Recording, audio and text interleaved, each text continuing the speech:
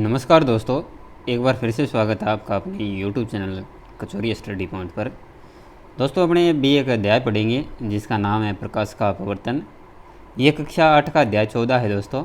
और ये जो अध्याय है, ये जो अपने कक्षा 6 में अध्याय पढ़ा था प्रकाश व छाया, और कक्षा 7 में अपने पढ़ा था प्रकाश का परावर्तन, उसी का तीसरा भाग मान लीजिए। और इसी अध्याय में अपने दर्पण के कुछ आगे के पार्ट है वो भी अपने पढ़ेंगे, जो अपने उत्तल दर्पण और अवतल दर्पण वाले हैं। अगर आपने पहले की वीडियो नहीं देखी है तो आपको इसी प्लेलिस्ट में मिल जाएगी, उनको ज़रूर देखिएगा। सारे के सारे जो टॉपिक है दोस्तों, मैंने आपको राजस्थान बोर्ड की जो 18-19 वाली बुक है उनसे कवर करवाई हैं, क्योंकि गवर्नमेंट ने अभी साफ साफ बोला था कि जो आगामी राजस्थान में एग्ज़ाम होने हैं वो जो 18-19 वाली बुक है उनसे पेपर बना के लिए जाएंगे। तो उसी बात को ध्यान में रखते हुए अपने 18-19 वाली बुक कंप्लीट की है, जिसमें अपने कक्षा 8 है, इसकी फ़िज़िक्स बाकी है। बाकी के जो अपने हैं अध्याय वो अपने पढ़ चुके हैं। तो ये वीडियो आपको जो पहले करवाई है ये इसी प्लेलिस्ट में मिल जाएगी, उनको आप ज़रूर देखिएगा। साथ ही अगर ये वीडियो आपके पसंद आए तो इसको लाइक कीजिएगा, शेयर कीजिएगा, और अगर आप इस चैनल पर नए हो तो प्लीज़ चैनल को सब्सक्राइब कीजिएगा, और जो बेल आइकॉन है यानी घंटी का निशान है उसको प्रेस कर देना, ताकि ऐसी वीडियो के नोटिफिकेशन आपको मिलते रहें। आज के अध्याय में अपने पढ़ेंगे दोस्तों प्रकाश का अपवर्तन, अपवर्तन पर आधारित घटनाएं, लेंसों के उपयोग व प्रकाशीय उपकरण, मानव नेत्र, प्रकाश का वर्ण विक्षेपण, इन बिंदुओं पर अपने चर्चा करेंगे। देखिए कि आप जानते हैं कि प्रकाश किसी पारदर्शी माध्यम में सरल रेखा में गमन करता हुआ प्रतीत होता है। जब यह किसी पारदर्शी माध्यम जैसे वायु में सरल रेखा में गमन करता हुआ किसी अपारदर्शी वस्तु से टकराता है तो आगे नहीं जा पाता है तथा उस वस्तु के पीछे उसकी छाया बनती है।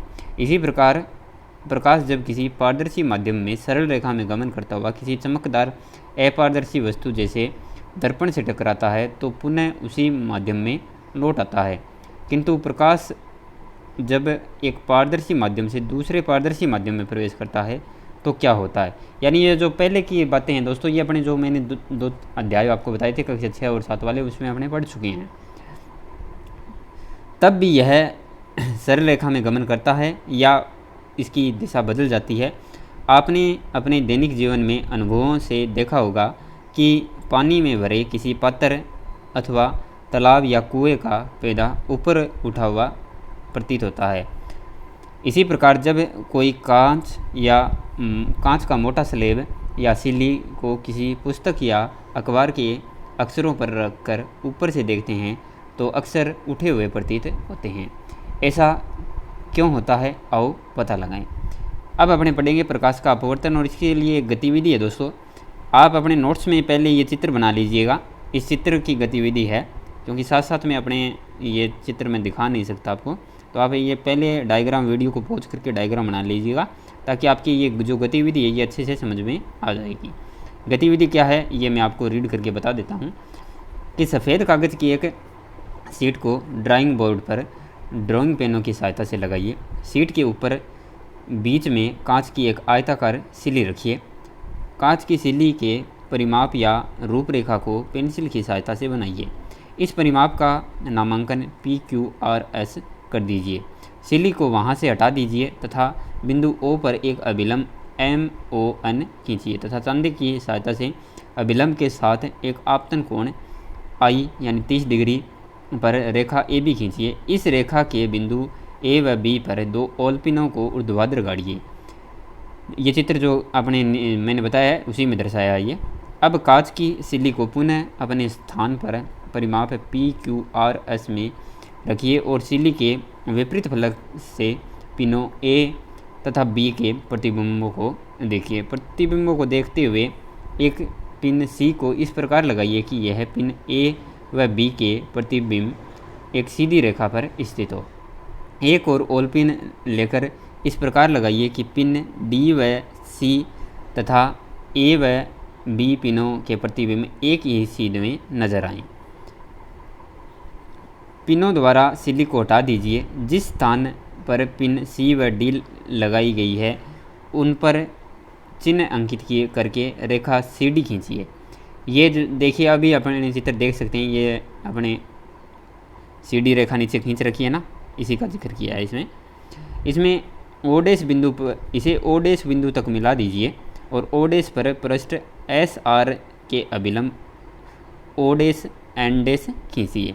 ये नीचे दोस्तों अभिलंब बना रखा है O डैश N डैश, ये देखिएगा आप, ठीक है। इसके पश्चात O तथा O डैश को मिलाइए, AB को भी आगे बढ़ा दीजिए, जिसे चित्र में बिंदुकित रेखा से दिखाया गया है।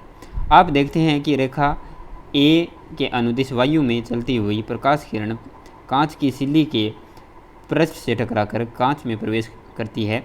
बिंदु O पर प्रकाश किरण AB वायु विरल से कांच यानी संघन माध्यम में प्रवेश करने पर अभिलंब की ओर झुक जाती है। तो ये आपको अच्छे मतलब मेन बात ये है कि यहाँ पे ये समझने की बात ये है कि जो विरल माध्यम से जब संघन माध्यम में प्रकाश किरण आती है तो अभिलंब की ओर झुक जाती है। ये अपने नोट्स में आपको नोट करना है अच्छे से। इसी प्रकार पृष्ठ SR के बिंदु O डैश पर जब प्रकाश किरण कांच यानी संघन माध्यम से बाहर निकलकर वायु यानी विरल माध्यम में जाती है तो वह अभिलंब से दूर हट जाती है। अतः हम कह सकते हैं कि जब ये लिखना है दोस्तों अपने नोट्स में आपको कि जब प्रकाश किरण विरल माध्यम से सघन माध्यम में प्रवेश करती है तो अभिलंब की ओर झुक जाती है। जब प्रकाश किरण सघन माध्यम से विरल माध्यम में प्रवेश करती है तो यह अभिलंब से दूर हट जाती है। अर्थात जब प्रकाश की किरणें एक माध्यम से दूसरे माध्यम में प्रवेश करती है तो यह अपने पथ से विचलित हो जाती है। इस घटना को प्रकाश का अपवर्तन कहते हैं। तो इस गतिविधि को एक बार आप दोबारा जरूर देखिएगा। ये गतिविधि आपको जो प्रकाश का अपवर्तन है वो समझाने के लिए दर्शाई गई है, और प्रकाश का अपवर्तन क्या होता है वो अपने नोट्स में ये आप परिभाषा है, ये नोट कर लीजिएगा। अब पढ़ते हैं अपने अपवर्तन क्यों होता है। सघन माध्यम यानी कांच में प्रकाश की चाल विरल माध्यम यानी वायु की तुलना में कम होती है। अतः स्पष्ट है कि प्रकाश जब विरल माध्यम या वायु में सघन माध्यम यानी कांच में जाता है तो उसकी चाल घट जाती है। इसके विपरीत जब प्रकाश सघन माध्यम यानी कांच से विरल माध्यम वायु में जाता है तो उसकी चाल बढ़ जाती है। प्रकाश के एक पारदर्शी माध्यम से दूसरे में प्रवेश करने पर प्रकाश की चाल में परिवर्तन के कारण अपवर्तन की घटना होती है। अब पढ़ते हैं अपने अपवर्तनांक। अपवर्तनांक क्या होता है कि दिए गए दो माध्यमों में प्रकाश के वेगों का अनुपात है, यह अपवर्तनांक होता है। यह नियतांक है तथा मात्रक रहित है। ये नीचे देखिए दोस्तों अपवर्तनांक, प्रथम माध्यम में प्रकाश का वेग बटे द्वितीय माध्यम में प्रकाश का वेग, यानी इसको म्यू से रिप्रेजेंट करते हैं अपने, और म्यू इक्वल टू होता है यू V1 बटे V2। दैनिक जीवन में अपवर्तन के कारण कई घटनाएं और प्रभाव दृष्टिगोचर होते हैं। इनमें से कुछ पर यहाँ गतिविधियों के माध्यम से चर्चा करेंगे। अब अपवर्तन पर आधारित घटनाएं, और इनमें है पहली है पानी से भरे पात्र का पेंदा ऊपर उठा हुआ दिखाई देना। इसके लिए गतिविधि है, पानी से भरी एक बाल्टी के पेंदे में एक सिक्का रखिए। अपनी आँख को पानी के ऊपर एक साइड में रखकर सिक्के को एक ही बार से उठाने का प्रयास कीजिए। क्या आप सिक्का उठाने में सफल हो पाते हैं? इस प्रक्रिया को दोहराइए। आप इसे एक बार में करने में सफल क्यों नहीं हो पाए थे? अपने मित्र से यह गतिविधि करने के लिए कहिए। उनके अनुभवों की स्वयं के अनुभव से तुलना कीजिए। ये गतिविधि है दोस्तों एक और कि देखिए, स्टील या प्लास्टिक का पात्र जैसे एक गिलास या भिगोना लेकर उसके तल में एक सिक्का रख दीजिए। इस पात्र में स्थित सिक्के को देखते हुए धीरे धीरे उससे तब तक दूर जाइए जब तक कि सिक्का दिखा देना बंद न हो जाए। अब अपने मित्र को उस पात्र में धीरे धीरे सावधानीपूर्वक पानी डालने को कहिए। ये चित्र जो 14.2 का ए जो है ना, इसमें दर्शा रखा है। ध्यान रहे कि सिक्का अपने स्थान से हिलना नहीं चाहिए।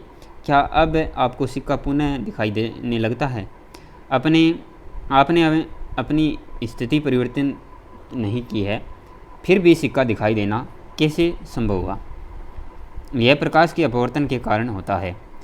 अब एक गतिविधि देखिए दोस्तों, ये जो है ये बैय चित्र के अनुसार देखिए, ये जो बैय है ना इसके अनुसार देखिए कि चित्र बैय के अनुसार सिक्के से चलने वाली प्रकाश की किरण जब पानी या संघन माध्यम से वायु में जाती है तो पानी के अंदर पानी के पृष्ठ पर अविलंब से दूर हो जाती है और जब यह अपवर्तित प्रकाश की किरण हमारी आँख तक पहुँचती है तो सिक्का ऊपर उठा हुआ दिखाई देता है।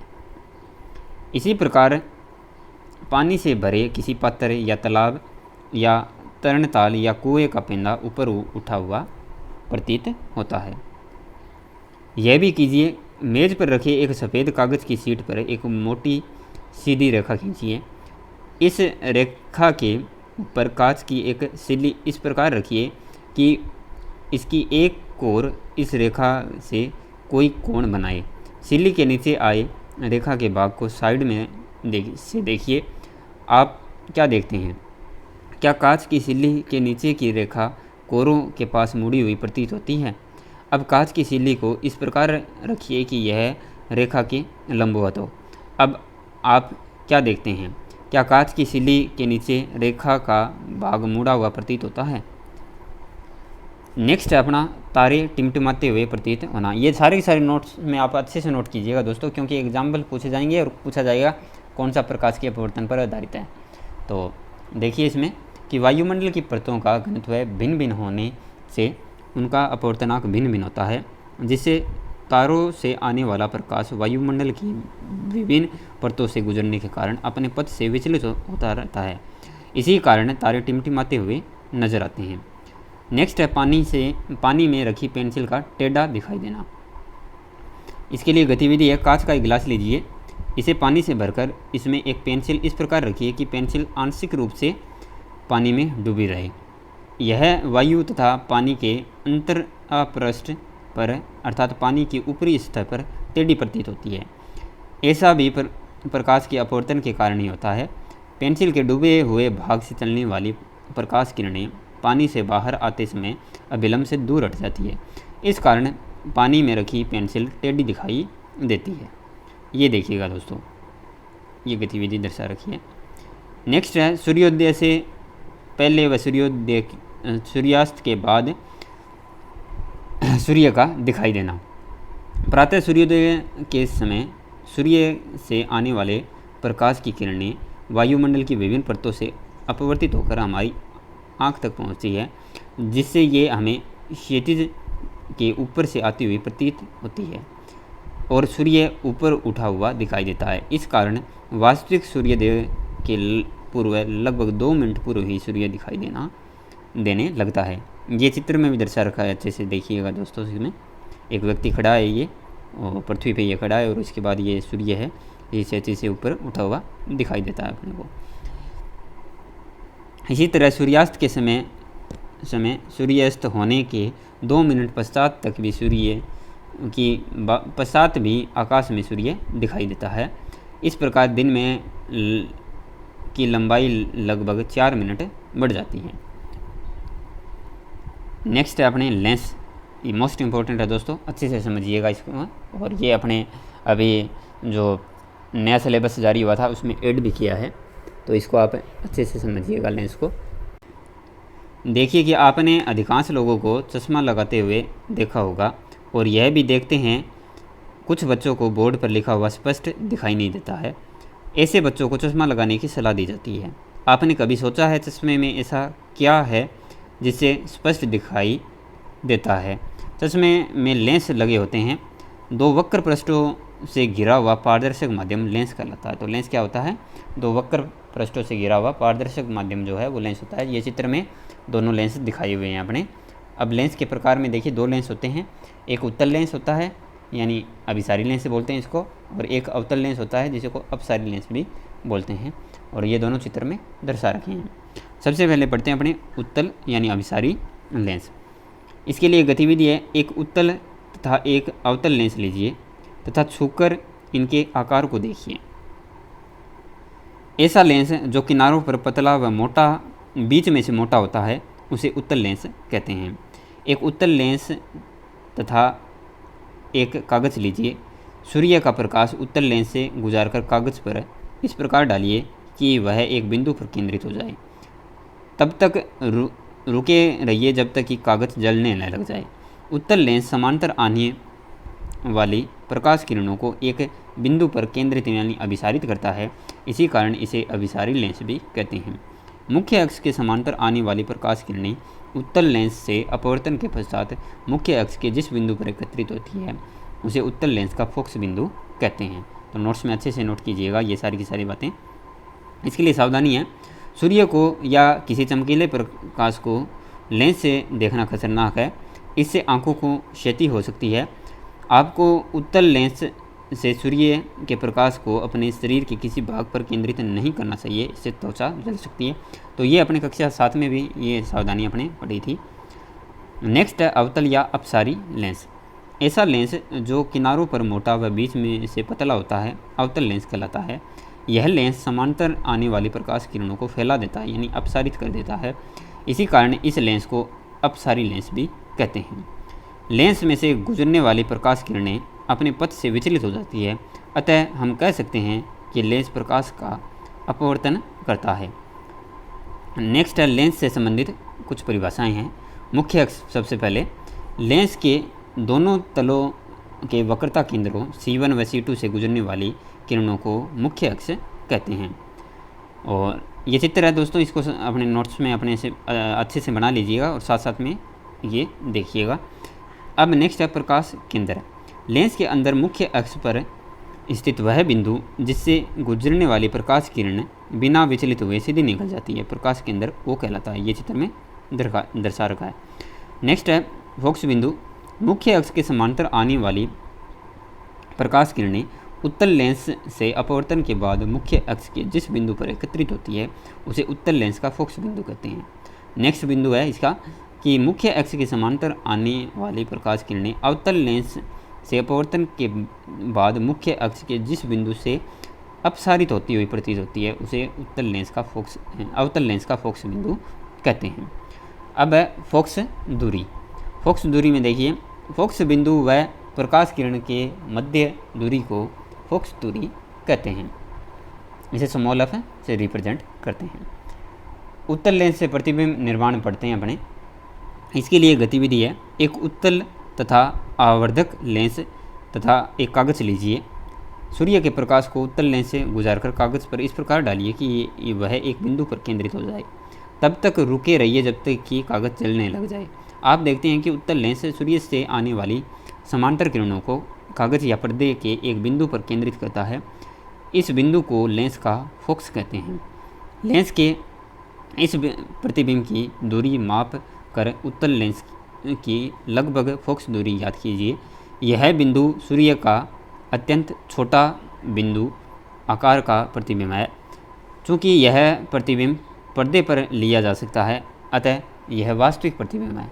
वास्तविक प्रतिबिंब सदैव उल्टे होते हैं, अतः हम कह सकते हैं कि वस्तु बिंब जब अनंत पर स्थित होते हैं तो उत्तल लेंस से इसका वास्तविक उल्टा व अत्यंत छोटा प्रतिबिंब फोकस बिंदु पर बनता है।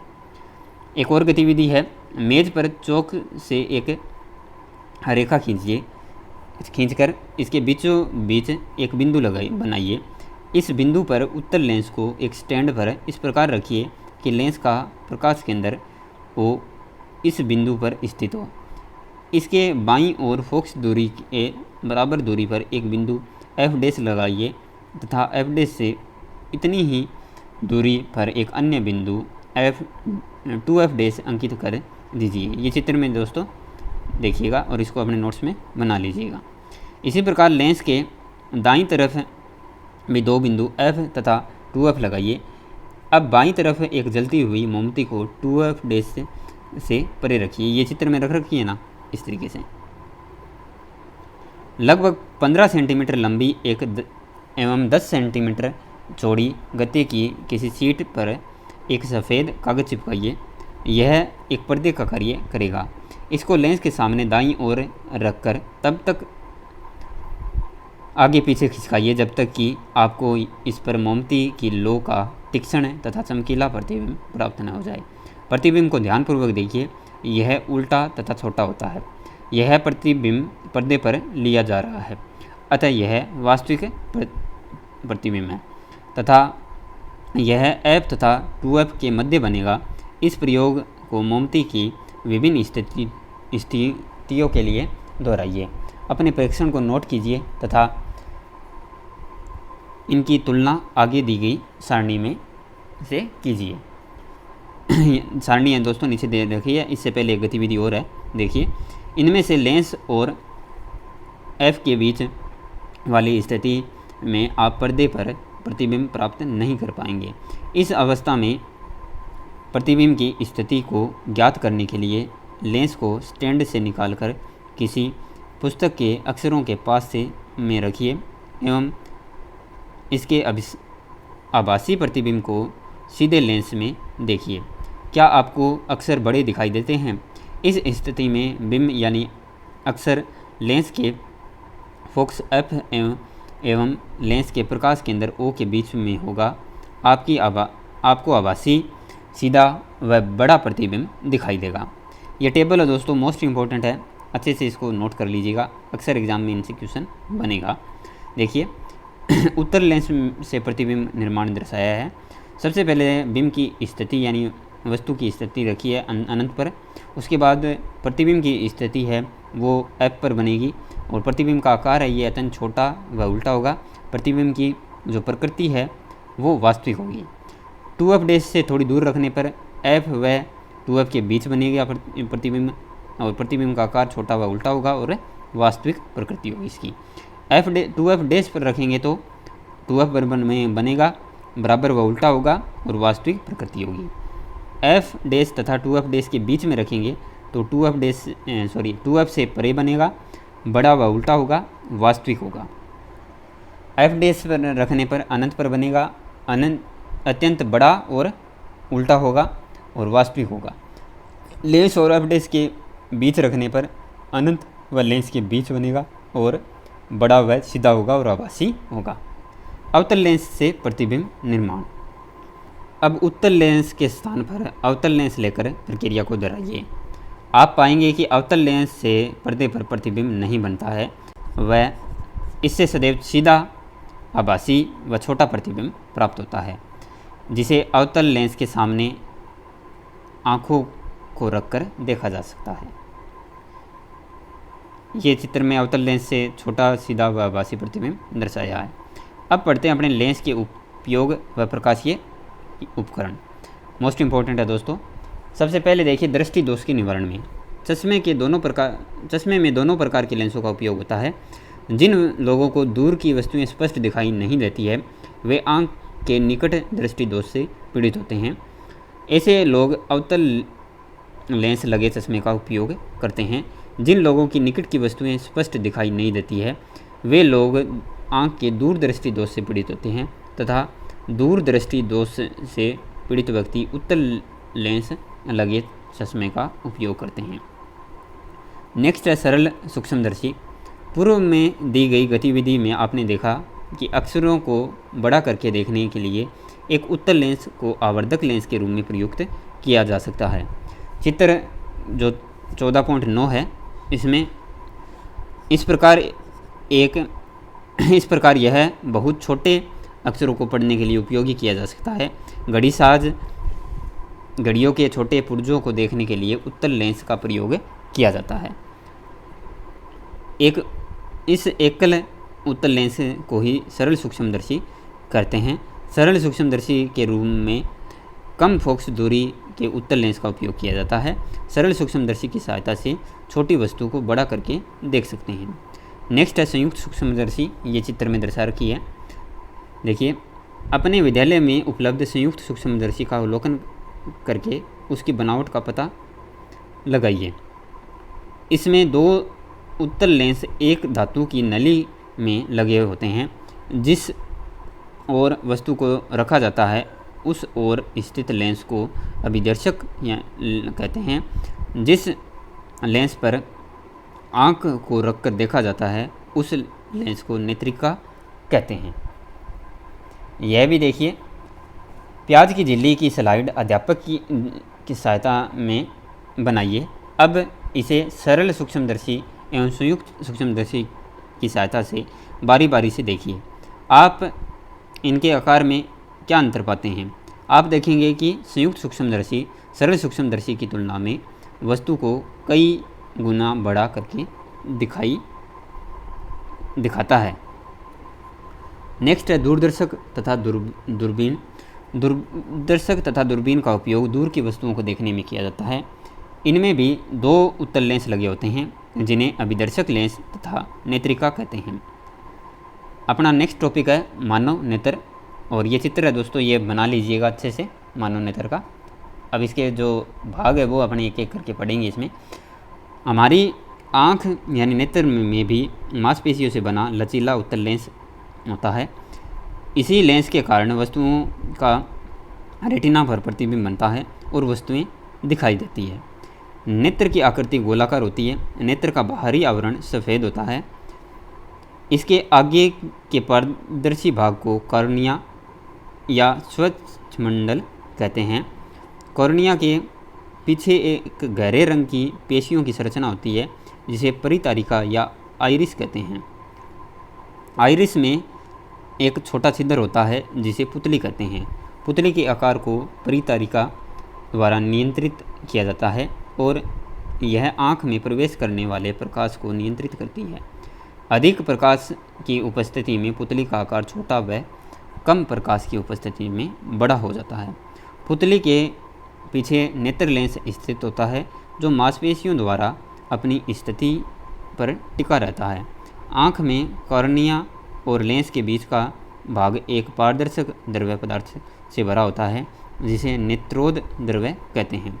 लेंस से उल्टा प्रतिबिंब रेटिना पर बनता है। रेटिना प्रकाश सुगराई पारदर्शी झिल्ली होती है जिस पर अनेक प्रकाश संवेदी तंत्रिकाएँ होती है। इसका संबंध मस्तिष्क से होता है। जब ये तंत्रिकाएँ रेटिना पर बने प्रतिबिंब के संकेतों को मस्तिष्क में भेजती है तो मस्तिष्क इसका प्रतिबिंब सीधा कर देता है और वस्तुएं दिखाई देती है।